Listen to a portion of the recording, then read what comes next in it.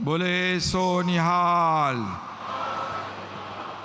वाहेगुरु जी का खालसा, वाहेगुरु जी के फतेह। गुरु साहेब के चरणों में कोटी कोटी नमन करता हूँ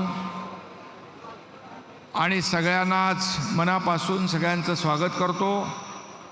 सगळ्या उपस्थित बांधव भगिनींचं नव्या मुंबईमध्ये मनापासून या समागमासाठी मनापासून आपल्या सगळ्यांचं स्वागत करतो। आज व्यासपीठावर उपस्थित आपल्या राज्याचे लोकप्रिय मुख्यमंत्री देवेंद्र फडणवीस जी, आदरणीय बाबा हरनाम सिंह जी, धर्मगुरू बाबू सिंह जी महाराज, आमच्या उपमुख्यमंत्री सुनेत्राताई पवार, महंत रघुमणी जी, मंत्री गिरीश महाजन जी, गणेश नायक जी, संजय राठौड़ जी, आशीष शिलार जी, मंगल प्रभात लोढ़ा जी, रविंद्र चौहान, प्रदेशाध्यक्ष माधुरीताई मिसाळ, प्रशांत ठाकुर, महेश बालदी, मंदाताई म्हात्रे, कुमार ऐलानी, विक्रांत पाटील, नवनीत राणा, रितू तावडे, आपल्या मुंबईच्या महापौर, सर्व संत महंत, सर्व लोकप्रतिनिधी आणि प्रशासकीय अधिकारी, सर्व समाज बांधव भगिनी, सगळ्यांचंच मनापासून या ठिकाणी पुन्हा एकदा स्वागत। आज हम सब यहाँ 90 सिख गुरु, हिंद की चादर, महान बलिदानी गुरु तेग बहादुर जी के 350वें शहीदी समागम पर उनको श्रद्धांजलि अर्पित करने के लिए एकत्रित हुए हैं। इस अवसर पर देश के फौलादी गृह मंत्री अमित भाई शाह भी उपस्थित रहने वाले हैं। उनका भी मैं तहे दिल से स्वागत करता हूं। साथियों, गुरु साहेब का 350वां शहीद दिन केवल सिख इतिहास का ही नहीं बल्कि संपूर्ण मानवता के इतिहास का गौरवपूर्ण दिन है। भारत की संस्कृति के लिए यह आज का ऐतिहासिक दिन है। हम सब उस महान आत्मा को वंदन करने के लिए यहाँ जमा हुए हैं जिन्हें दुनिया हिंद दी चादर के नाम से जानती है।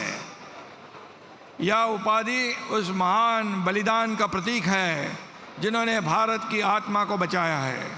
17वीं शताब्दी में जब अन्याय और धार्मिक कट्टरता चरम सीमा पर थी, जब मुगल बादशाह औरंगजेब के शासनकाल में धार्मिक अत्याचार बढ़े, जब कश्मीरी पंडितों पर जबरन धर्म परिवर्तन का दबाव डाला गया, तब वे सहायता के लिए गुरु साहिब के पास आए। उस समय गुरु तेग बहादुर जी ने मानवाधिकार और धार्मिक स्वतंत्रता की रक्षा के लिए अपना सर्वोच्च बलिदान देने का निश्चय किया। उन्होंने औरंगजेब की क्रूर सत्ता को चुनौती दी। उस समय उन्होंने जो निर्णय लिया वह इतिहास में अमर हो गया। उनके पास न कोई सेना थी, न कोई ताज था, न कोई खजाना था, फिर भी उनके पास एक चीज थी, वो थी अटूट साहस, अटल सत्य और असीम करुणा। उन्होंने कहा था, मैं न अपना धर्म छोड़ सकता हूँ, न किसी को अपना धर्म छोड़ने दूंगा।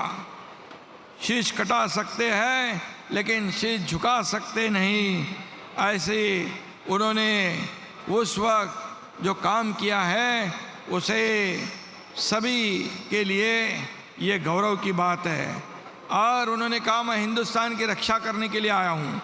और फिर दिल्ली की चांदनी चौक में लाखों लोगों के सामने उन्होंने अपना शीश कलम करवा दिया, न कि अपनी जान बचाने के लिए बल्कि इसलिए कि हर इंसान की आस्था, हर इंसान का धर्म, हर इंसान का स्वाभिमान सुरक्षित रहे। यह शहादत सिर्फ सिखों की नहीं थी, यह शहादत सिर्फ हिंदुओं की नहीं थी, यह शहादत पूरे हिंदुस्तान की थी, पूरे मानवता की थी। इसलिए उन्हें हिंद की चादर कहा गया। ये हमारे लिए बहुत ही बड़ी गर्व की बात है। और आज हम देखते हैं कि छोटी छोटी बातों पर लड़ाई झगड़े होते हैं। जब हम आपस में बट जाते हैं तब गुरु तेग बहादुर जी की हमें याद आती है। सच्चा धर्म वही है जो दूसरों के धर्म का सम्मान करता है, दूसरों के धर्म की रक्षा करता है। सच्ची बहादुरी वही है जो बिना स्वार्थ दूसरों की रक्षा करता है। एक प्रेरणादायी प्रसंग आप सबको पता होगा।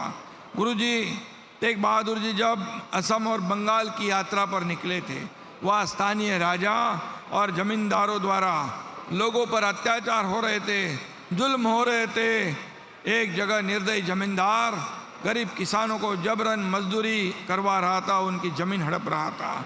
गुरु तेग बहादुर जी ने बिना किसी हथियार के सिर्फ सत्य और शांति के बल पर उस जमींदार के सामने खड़े होकर कहा, अन्याय किसी के साथ नहीं सहा जाएगा। उनके शब्दों और व्यक्तित्व में इतनी ताकत थी कि वह जमींदार झुक गया, लोगों को उनकी जमीन वापस मिल गई, अत्याचार बंद हुए। यही ताकत गुरु तेग बहादुर सिंह जी के वाणी में थी। यह प्रसंग बताता है कि सच्ची ताकत बंदूक में नहीं बल्कि सत्य और न्याय की आवाज़ में होती है। गुरु तेग बहादुर जी ने साबित किया कि एक अकेला इंसान भी अगर सत्य पर अड़िग हो तो सब अन्याय को, पूरे अत्याचार को रोक सकता है। गुरु तेग बहादुर जी के इस विचारों को जन जन तक पहुंचाने के लिए हमारी महायुति सरकार पूरे प्रतिबद्ध है। सरकार ने ऐसे डिजिटल कई रथ गांव-गांव में जाकर जन जागरण करेंगे।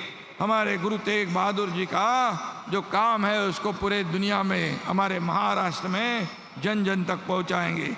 इस अभियान के माध्यम से हम सिंधी, बंजारा, वाल्मीकि, लबाना और शिकलगार जैसे कई अन्य भी समाज को एक सूत्र में पिरोने का काम कर रहे हैं। और इसलिए भाई और बहनों, महाराष्ट्र और पंजाब का गहरा रिश्ता है।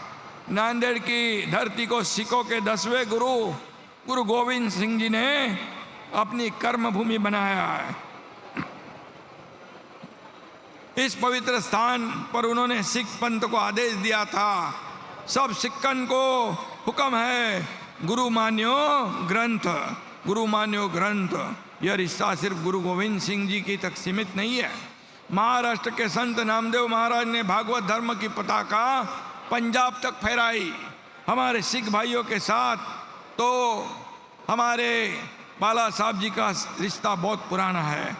1984 में तत्कालीन प्रधानमंत्री श्रीमती इंदिरा गांधी जी की हत्या के बाद देश के विभिन्न हिस्सों में सिख विरोधी दंगे भड़के थे। उस समय हिंदू हृदय सम्राट बाला साहेब ठाकरे जी ने सिख समुदाय की रक्षा के लिए शिवसेना कार्यकर्ताओं को मुंबई के सड़कों पर तैनात किया था। ये सभी लोगों को पता है।